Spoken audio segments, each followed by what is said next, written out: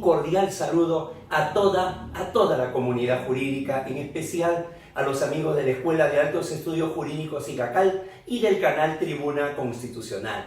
Esta aula abierta, como la hemos denominado y que tiene una frecuencia semanal, generalmente los días jueves, los días viernes, es para poder tener este vehículo, poder tener esta comunicación acerca de diversos temas, sobre todo si están ligados con la oferta académica que ICACAL le brinda a ustedes. Claro está que ya hemos tomado hace varias semanas, hace varios meses también, el tema de la jurisprudencia relevante del Tribunal Constitucional, debido a que estamos en un derecho jurisprudencial, en el que de alguna forma la jurisprudencia se superpone a la norma, y que a veces esta norma va a ser interpretada o a veces sobreinterpretada y hasta algunas veces desautorizada por la jurisprudencia constitucional. Por eso es tan importante. Y así como lo hemos desarrollado en el área administrativa, lo hemos desarrollado en el área procesal, en el área laboral, en el área económica, el día de hoy aterrizamos en la parte del derecho civil. Si quisiéramos darle algún rótulo a estos 30 minutos que vamos a tener de conversación, es definitivamente la constitucionalización del derecho civil. El derecho civil que de alguna manera viene a ser con seguridad aquella disciplina que viene a la saga en el ámbito de la constitucionalización. Mejor dicho, si es que nosotros tuviéramos un medidor de la intensidad, cómo influye la jurisprudencia del Tribunal Constitucional en las diferentes parcelas del derecho, en los diferentes ámbitos, con seguridad, donde tiene una menor injerencia, una menor influencia, donde no encontramos sentencias abundantes, donde no hay, un precedente constitucional claro sobre el tema relativo al ámbito civil, es justamente en esta área. Y esta área, el área del derecho civil, tanto patrimonial como extrapatrimonial, si bien es cierto, forma parte del ámbito de la constitucionalización. Cuando nosotros hablamos de aquello que han señalado ya varios autores, del efecto irradiación que va a tener el tema constitucional, insisto, en todos los rincones del derecho, con seguridad es en el ámbito civil donde tiene tiene una influencia más tenue, sin embargo, igualmente importante. Ahora, la primera pregunta que nos hacemos, ya para entrar al tema de fondo, ya para comenzar con este ámbito de la constitucionalización del derecho civil, ¿por qué esa intensidad baja del ámbito constitucional en el ámbito civil? Por dos razones fundamentales. La primera de ellas, porque estamos hablando de una relación horizontal. Generalmente la protección constitucional, generalmente el paraguas, generalmente el escudo constitucional viene a raíz de una relación vertical, como es la relación que, por ejemplo, se da en el ámbito administrativo, como es la que de alguna manera se da en el derecho penal. Si bien es cierto, hoy con el sistema acusatorio se da una relación horizontal, pero al otro lado está el Estado, al otro lado está la Fiscalía con todos sus recursos, con la policía, y además está en juego la libertad. O por ejemplo, en el ámbito del derecho laboral o previsional, donde siempre el indubio pro operario, donde el hecho de que una persona ya no esté en el apogeo de su vida, sino esté en el perigeo, en el colofón de su vida, hace que la protección sea más necesaria y notoria. En cambio, cuando hablamos del derecho civil, hablamos de una relación horizontal, que, atención, mientras cada una de las partes, vamos a colocar lo más frecuente, que son los contratos, donde cada una de las partes contratantes cumpla con lo que le corresponde, difícilmente vamos a encontrar ahí una controversia. El maestro Alvarado Belloso utiliza un ejemplo que es muy nítido para representar la importancia del proceso, para representar o tratar de graficar y romper el mito de que el proceso viene a ser un muñón, viene a ser un apéndice del derecho civil, es decir, se le llama como una rama formal. Él dice en toda conferencia, al momento de venir aquí, quise comprar un caramelo. Me detuve, yo ya sabía cuánto costaba el caramelo, le entregué la moneda, la otra persona me dio el caramelo y sin decir una palabra celebramos un contrato perfecto. Ninguno de los dos se puso a reparar que era un contrato bilateral de prestaciones recíprocas, inalagmático, para querer referir de que en el ámbito de las relaciones humanas, insisto, sobre todo en las contractuales, si cada uno hace lo que le corresponde, muy difícilmente va a requerir una tutela. Y en caso de requerir una tutela, generalmente la tutela ordinaria. ¿Cuándo ingresa la tutela jurisdiccional? Y aquí es donde viene la segunda razón. Si bien es cierto, la primera, que es esta relación horizontal que se tiene en el derecho civil, debe ser la primera explicación a por qué no esta suerte de control constitucional se hace con tanta frecuencia o con tanta intensidad. Por otro lado, es necesaria. El hecho de que no se haya dado ni en la contundencia ni en el número que se ha dado en otros ámbitos, ¿no? En el penal, en el administrativo, en el laboral, en el previsional, no quiere decir que no sea necesaria. Claro que es necesaria. Recordemos, el Código Civil, por ejemplo, es una de las denominadas normas constitucionalizadas. Entendiendo, insisto, entendiendo por norma constitucionalizada aquella norma que es preconstitucional. El Código Civil es del año de 1984 y la Constitución es del año de 1993. No son solamente los 9 años de diferencia, sino es la diferencia en la concepción que se tiene del mundo y del derecho. Código Civil, que entró en vigencia el 14 de noviembre de 1984. Todavía estábamos en plena Guerra Fría. Todavía no caía el muro de Berlín. Todavía no llegaba la perestroika, la Unión Soviética todavía estaba consolidada, Alemania estaba dividida, el socialismo seguía siendo una alternativa importante al capitalismo.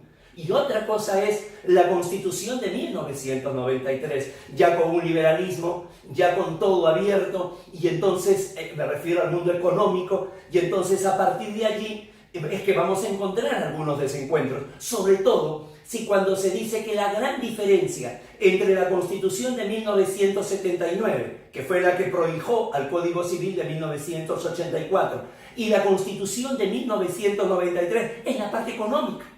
Entonces ahora podemos entender por qué, por ejemplo, el Código Civil tiene regulaciones que sencillamente no calzan con el modelo económico, con la fórmula económica de la Constitución vigente. Fíjense ustedes cómo se realiza, digamos, la división de los bienes, ¿no? La división de los bienes se hace como hace 2000 años en Roma, bienes muebles y bienes inmuebles. O cómo es necesario la comunicación, para que recién a partir de ahí, la comunicación de que se ha cumplido el plazo de la obligación, para que recién a partir de ahí se vaya a constituir la mora. O por ejemplo, ¿no? la gran novedad del Código Civil fue el reconocimiento del concubinato. Entonces, cuando nosotros vemos que algunas de las instituciones que establece el importante Código Civil que tenemos, ¿no? En su momento innovador, en su momento marcó toda una época, pero tuvo, si quieren ustedes, una muerte prematura, tuvo una vida corta, debido a que todo cambió. Y entonces a partir de allí podemos entender de que hoy, entre los artículos, tiene 2.122 artículos el Código Civil, sin contar el título preliminar, 2.122, más de 500 ya han sido derogados, tanto de manera expresa como de manera tácita. No, sin embargo, sigue siendo la norma que regula la vida de las personas desde antes del nacimiento, con la protección al concebido, hasta después de la muerte, con la regulación del derecho de sucesiones. Pero no solamente es que el código es de 1984, sino que su proceso, digamos, el proceso de gestación que tuvo es bastante largo.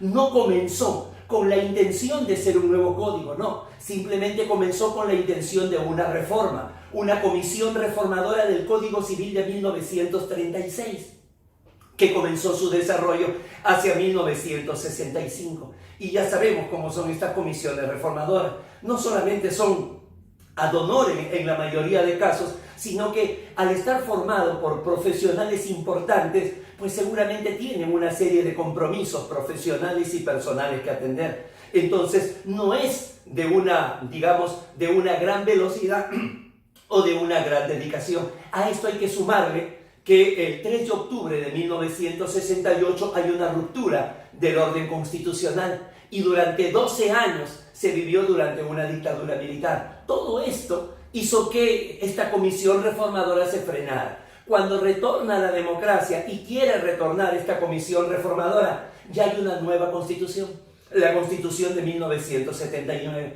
Entonces es lógico, ¿para qué actualizar un código civil de 1936, anterior a la Segunda Guerra Mundial, con otro mundo, pero que además respondía, era tributaria de la Constitución de 1933? ¿No? En cambio ahora venía la Constitución de 1979 y había que adecuarla. Y así nace el Código Civil del 84, insisto, con un envejecimiento prematuro. Un envejecimiento prematuro por algo de que no hay responsabilidad en los legisladores, no hay responsabilidad en los autores. Cuando nosotros solemos escuchar determinadas críticas, cuando por ejemplo se dice no, que el título preliminar del Código Civil tiene normas procesales, pues es absolutamente comprensible, porque la norma procesal civil, claro está, era de 1912. El Código Civil, el Código de Procedimientos Civiles era de 1912. El tiempo casi de la Belle Époque, ¿no? El tiempo en que, el año en que se hunde el Titanic, de tal manera que, en definitiva, es bueno entender que estas circunstancias, estas situaciones que se presentan, hablan de que cada legislador, de que cada generación reguló o estableció el derecho según lo que veía en ese momento. Entonces, claro que se hace necesario. Claro que se hace necesario no solamente por este cambio que ha tenido el Código Civil, que repito, no convivió en sus inicios al menos con un código procesal que le sea contemporáneo. Debe ser por eso que a lo largo de esos más de 2000 artículos que hemos mencionado, el Código Civil menciona 555 veces la palabra juez. Pues eso de allí tenemos que analizarlo, ¿no? Y por último, porque el Código Civil, como no podía ser de otra manera, también está señalado con una serie de normas que son en su conjunto los llamados conceptos jurídicos indeterminados. Cuando dice el artículo 5 del título preliminar del Código Civil, cuando dice que no será válido el acto jurídico contrario al orden público y a las buenas costumbres, si bien es cierto, ya se establece un límite a la autonomía privada, lo que antes era llamada la autonomía y la voluntad. Si bien es cierto, hay un límite, seamos claros, ¿qué cosa es el orden público? ¿Qué cosa se puede entender por buenas costumbres? Definitivamente hoy, de una generación a otra, es una visión distinta que se tiene. Uno ve a los adolescentes, ni siquiera a los adolescentes, a los jóvenes, ya para ser adultos, que no saludan buenas tardes, saludan con el hola. Y definitivamente tienen, no solamente en su vocabulario, sino en su conducta, inclusive en su pensamiento, tienen definitivamente un mayor diámetro de giro para poder reconocer y en algunos casos aceptar circunstancias que a los mayores ya se nos hace difícil. Entonces de eso se trata. Cuando nosotros decimos, ¿no?, vamos a desarrollar el curso Jurisprudencia relevante del Tribunal Constitucional en Derecho Civil y Derecho de Familia, lo que estamos diciendo es que vamos a sobrevolar el Código Civil. Código Civil desde el título preliminar hasta su último libro. Y no es una hipérbole, no es una exageración. El título preliminar del Código Civil tiene normas, a pesar de ser un código de naturaleza privada, tiene normas de naturaleza pública que hay que enfocarlas. El Código Civil comienza en su título preliminar cuando nos dice la ley solo se deroga por otra ley. No, una verdad a medias, una verdad incompleta. El día de hoy ese enunciado es un enunciado muy simplista. Entonces la jurisprudencia del Tribunal Constitucional lo ha actualizado. O por ejemplo figuras como el abuso del derecho y por qué no el fraude a la ley, que el Tribunal Constitucional las trata en el expediente 58-59 del año 2009, el caso Luzmila Andrea Poma Quispe, en el cual va a definir el abuso del derecho como ese exceso de formalismo que justamente, ¿verdad?, bajo ese disfraz de formalismo realmente se oculta un exceso, ¿no? Lo mismo que el fraude a la ley. En el fraude a la ley es utilizar una regla que es compatible con otra regla, pero que a su vez esa misma regla es contraria a un principio. Inclusive, el Tribunal Constitucional, en el fundamento 6 de esta sentencia,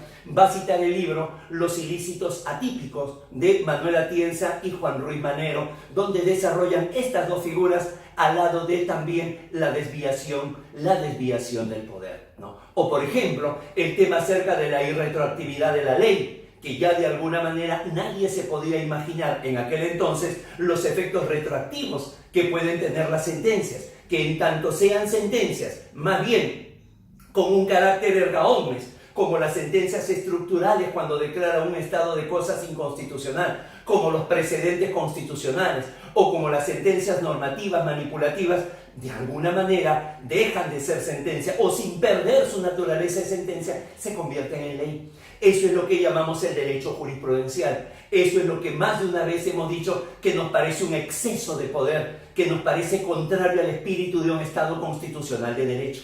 Sin embargo, esa es nuestra opinión, pero hay que estudiar lo que de alguna manera se da para que cuando sea la crítica sobrepase aquello de que me gusta o no me gusta, no, sino que tenga esa motivación, tenga esas buenas razones para el análisis.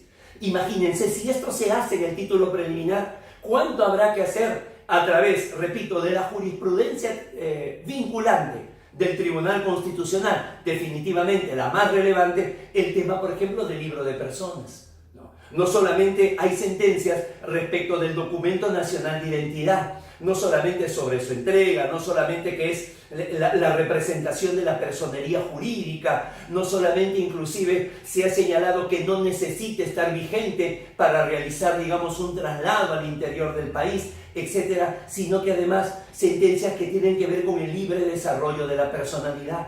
Es decir, cuando se da el Código Civil y en los años siguientes, en los años posteriores, se aceptaba con una total normalidad, porque se decía, es lo que dice la ley, y entonces había que resignarse. El hecho de que vaya una pareja que por alguna razón no estaba casada y que quieran matricular al menor de sus hijos, digamos, o a la criatura a un colegio religioso, y venía la exigencia del matrimonio religioso de parte de los padres. Eso ya no se da más. Atenta contra el libre desarrollo de la personalidad. O el hecho de que la maternidad o la paternidad, lo que pasa es que la maternidad es advertible, es visible, pero tanto la maternidad como la paternidad era una causal de separación del cadete que quería seguir una carrera policial o que quería seguir una carrera militar, si es que en su formación, repito, se daba el caso del embarazo o el caso de la paternidad. Ni hablar en el ámbito de familia, ¿no? No solamente se ha esclarecido el modelo de familia, no es que solamente el día de hoy se dan las llamadas familias ensambladas, ¿no? Estas familias en las cuales los hijastros se consideran hijos para todo lo que le favorezca, sino que inclusive la posibilidad de presentar habeas corpus cuando uno de los padres, el que tiene la tenencia normalmente, no deja al otro verlo, e inclusive de los padres, pero cuando son mayores, y entonces la actual pareja del padre o de la madre no deja ver a los hijos, ¿no? Que es el caso que se da en el de José Felipe Tudela y Barrera, por ejemplo. Entonces, tenemos circunstancias que en el ámbito de familia inclusive se puede dejar allí solamente lo del Tribunal Constitucional y ver cómo el caso Duque versus Colombia, por ejemplo, ha reconocido como familia, como un concubinato, a una pareja de dos varones, ¿no? Y todo esto, repito, ni por asomo lo ha debido determinar los autores del libro de personas. A propósito, no solamente hablamos del DNI como documento, sino también la importancia del DNI como cuando se da el cambio de nombre, en el caso, por ejemplo, de los transexuales, ¿no? Y en el ámbito de familia, repito, toda una connotación, no solamente de lo que es en estricto el libro de familia, sino además del principio de interés superior del niño. Ya en el ámbito extrapatrimonial, inclusive, tiene relevancia en el ámbito de sucesiones, ¿no? El famoso testamento de don José de la Riva Agüero, que dio ese caso tan sonado de la Pontificia Universidad Católica del Perú, también daremos allí un golpe de vista. Pero si esto se da en el ámbito extrapatrimonial, imagínense ustedes lo que se da en el ámbito del patrimonio, tanto en la fuente de las obligaciones, en las obligaciones mismas y en los derechos reales. Definitivamente hay en todo un desarrollo, pero creo que lo podemos concentrar fundamentalmente en lo que va a ser la fuente de las obligaciones, esto es, en el ámbito de los contratos. El ámbito de los contratos, porque es aquí donde va a encontrar el punto tangente con la Constitución. La Constitución, en el artículo 2, inciso 14, establece la libertad contractual. Lo mismo que en el artículo 62. Pero atención, no es que solamente se consagre esa libertad, sino, como ya se ha señalado minutos antes, hay un límite, hay una valla, ¿no? Hay un cerco que viene a ser el orden público. Y entonces cuando se dan circunstancias así, es que hay que analizar este desarrollo. Por eso, cuando hablamos, repito, del ámbito del orden público, de las buenas costumbres, hay que ver en la celebración del contrato, caso por caso, por eso es tan importante la casuística, caso por caso, el desarrollo que se ha señalizado, ¿no? Por ejemplo, hay dos sentencias que entre ellas hay apenas una separación de 23 meses entre una y otra. Es cierto, lo firman distintos magistrados, ¿no? de salas diferentes, de un mismo tribunal constitucional, quiero decir, de un mismo periodo, pero contrarias totalmente. Por ejemplo, la sentencia 1182 del año 2005, el caso Carol Luz Sáenz Lumbrera, una chica que es expulsada de Senati, este Centro Nacional Técnico, porque se le encontró con el novio besándose en el baño. Y entonces la comisión disciplinaria que se forma acuerda su separación, porque en el reglamento decía que la separación era se daba por falta grave, y falta grave era aquella que se daba por atentar justamente contra las buenas costumbres, ¿no? Aquí el Tribunal Constitucional considera de que es suficiente, considera de que de alguna manera, si bien es cierto, ¿no?, se da una formación profesional, esta debe darse de acuerdo al decoro, y con ello da por cerrado el tema de la legalidad y de la taxatividad, ¿no? Una sentencia totalmente, digamos, irrita.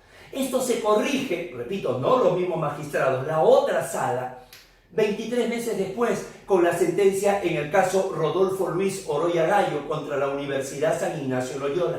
Lo mismo, otro centro de formación profesional, esta vez ya no técnico, universitario, que lo expulsa por estar consumiendo marihuana en la parte posterior del pabellón de administración, evidentemente dentro del campus.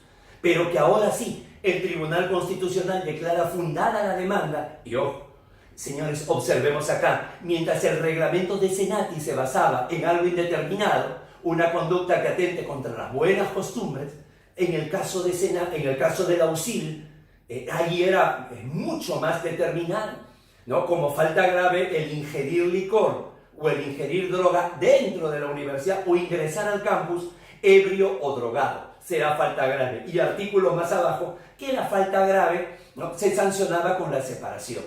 Es decir, si se seguía la misma línea que la chica de Senati, entonces acá simplemente no habría mucho que discutir. Sin embargo, el Tribunal Constitucional comienza a entrar a otros considerandos señalados. Por ejemplo, que en el examen toxicológico arrojó que no era adicto, que sencillamente estaba pasando por un mal momento y que por ello consumió, es decir, fue un consumidor ocasional, pero que además no solamente era un buen alumno, sino que estaba en el penúltimo ciclo.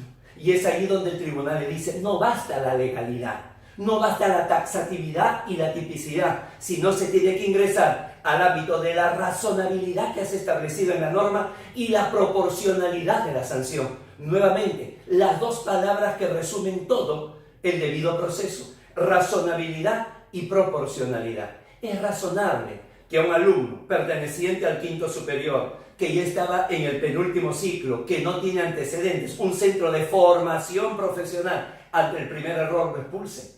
Es proporcional esa sanción, que acaso no podía llamarle la atención públicamente o podía en todo caso suspenderlo. Le declara fundada la demanda.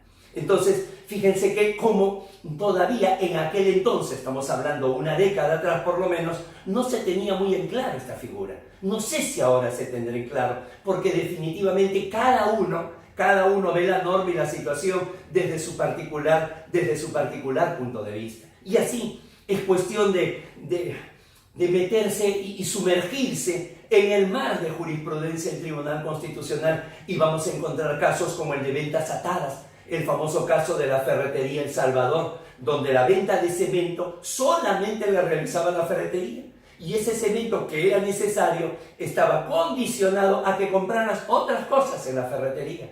Esto había sido sancionado por Indecopi y entonces se presenta la demanda de amparo. El Tribunal Constitucional declaró infundada la demanda.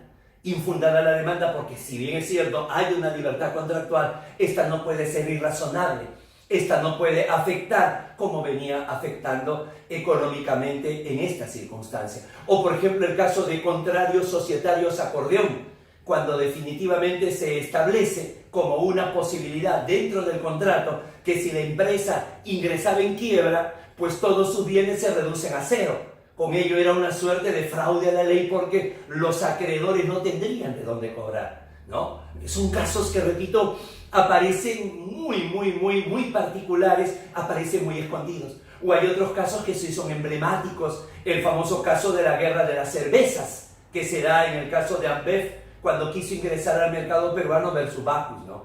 Este tema que Bacus, que tenía la posición de dominio, ya para esto había comprado Pilsen y para ello prácticamente concentraba más del 90% del mercado cervecero, ve ingresar a Ambev y le dice, no, para que venga una empresa y pueda realmente dedicarse a la empresa cervecera, tiene que formar parte de una asociación.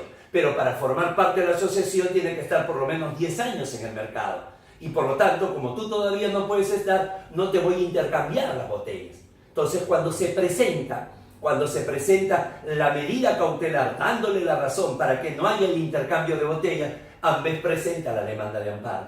Y aquí es donde ya quiero culminar señalando la importancia del conocimiento. Repito, tu especialidad, la que tengas, la civil, la penal, la comercial, la administrativa, la de gestión pública, la que tengas, siempre con el resguardo constitucional. La todopoderosa Bacus contesta la demanda y, señores, le dice al Tribunal Constitucional que hay dos errores. Primero, que lo que está reclamando Ambev son derechos económicos y que por lo tanto los derechos económicos no forman parte del amparo contra resoluciones judiciales.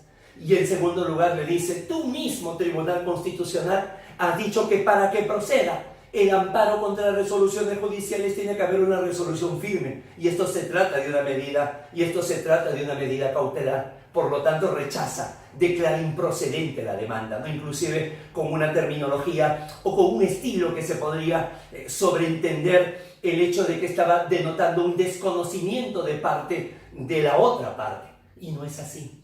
El amparo no solamente protege, en el amparo contra resoluciones judiciales, derechos de naturaleza procesal, ¿no? También protege derechos materiales, Eleovina Mabel, ¿no? Entonces, en aquella sentencia que establece Apolonia Colcaponce, el Tribunal Constitucional dice, no, el amparo es totalizador, también protege derechos materiales. Y cuando yo digo que se trata de una sentencia firme, no necesariamente es que haya adquirido la calidad de cosa juzgada, sino que la medida cautelar también adquiere la característica de una resolución firme. Resolución, no necesariamente sentencia. Y así podríamos continuar, inclusive hasta el ámbito de la prescripción. En el ámbito de la prescripción, el expediente 2132 del año 2008, el caso Rosa Felicita Elizabeth Martínez García, también establece un control difuso sobre el plazo de prescripción para los alimentos.